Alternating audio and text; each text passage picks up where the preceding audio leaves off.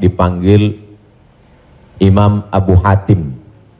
Tapi kemudian di ujung namanya itu ditambahkan kata Al-Asam.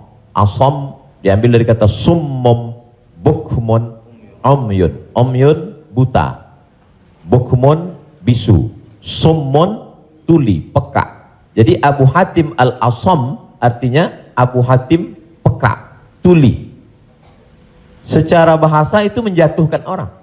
Siapa itu? Itu Abu Hatim peka, Abu Hatim tuli. Karena ada beberapa orang, ada Abu Hatim, yang ini Abu Hatim peka, tuli. Tapi kenapa nama itu tetap tersemat di belakang namanya, dan tidak ada ulama yang melarang menggunakan peka itu di belakang namanya? Karena dia tidak merasa dijatuhkan dengan itu. Lalu kemudian itu pula tidak menjatuhkan dia di depan orang banyak. Apa sebab kronologis dia dipanggil Al-Asam?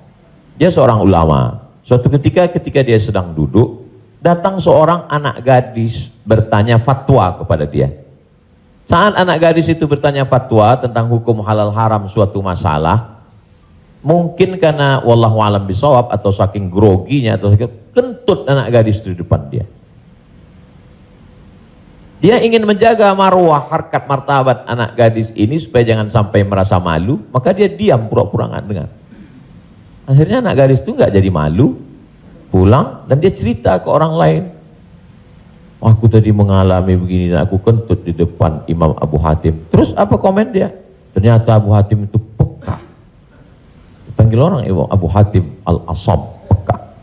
Sampai akhirnya setelah anak gadis itu meninggal, Imam Abu Hatim Al-Asam panjang umurnya, meninggal anak gadis itu, barulah Abu Hatim mengatakan, aku sebetulnya enggak peka, hanya ingin menjaga kehormatan dirinya. Jadi kisah Abu Hatim Al-Asam dapat kita pahami dua makna. Satu sisi ada saatnya kita menjaga kehormatan orang sampai mati dia.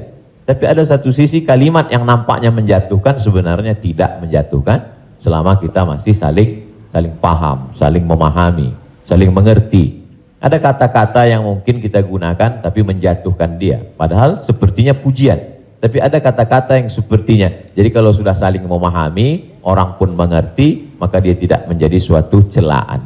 Ya ayyuhalladzina amanu, hai orang beriman, ijtanibu katsiran minadh-dhann, jauhilah prasangka buruk, inna ba'dadh-dhanni itsmun, wala tajassasu, jangan mencari-cari kesalahan orang, wala yaghtab ba'dukum ba'dha, jangan ribah membicarakan aib orang lain, la talmizu bil alqab, janganlah kamu menggunakan gelaran-gelaran yang jelek. Bukankah tuli itu gelaran yang jelek? Iya. Tapi saat itu digunakannya bukan untuk menjatuhkan, dan mereka saling memahami tentang hal itu.